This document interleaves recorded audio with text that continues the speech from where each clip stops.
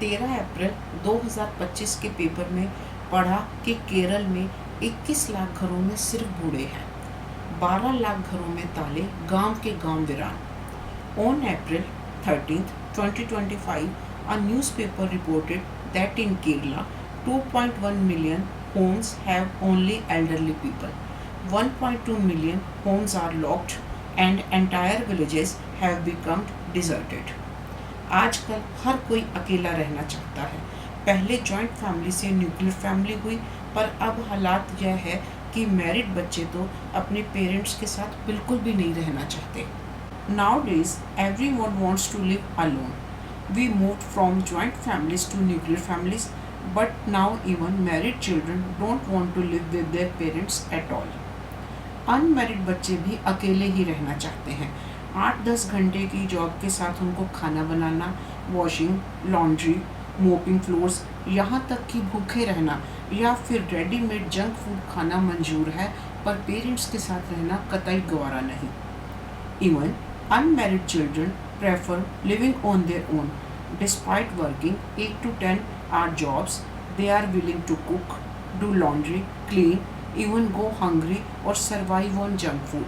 Anything but live with their parents. ऐसा क्यों?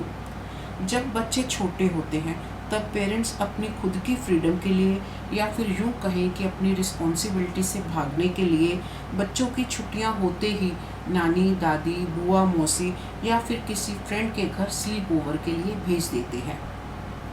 But why is this happening? When kids are young, many parents themselves seek freedom or try to escape their responsibilities. The moment holidays arrive, they send their children off to grandparents, relatives or friends for sleepovers. यहीं से बच्चों को समझ आ जाता है कि parents की रोक टोक, डांट टपट से बचने का एक ही तरीका है, पेरेंट्स से दूर रहना चाहिए। This is where children learn that the easiest way to avoid scolding or restrictions is by staying away from their parents. Parents को अपनी उस समय की आज़ादी बुढ़ापे में भारी पड़ती है। हमने ही तो उनको फ्री रहना सिखाया है।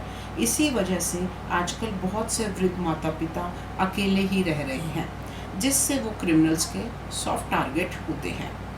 The freedom parents once enjoyed comes back to haunt them in old age. We are the ones who taught our children to live freely. And now many elderly parents are living alone, making them easy targets for criminals. हमारे बच्चों का हमारे बिना किसी भी hostel में, PG में या फिर कहीं भी खुश रहना कहीं ना कहीं हमारी परवरिश पर क्वेश्चन मार्क है।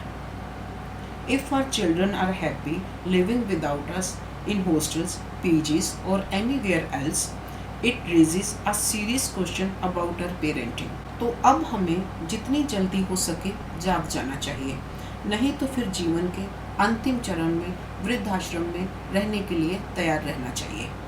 It's time we wake up before it's too late, or be prepared to spend the final years of our lives in an old age home.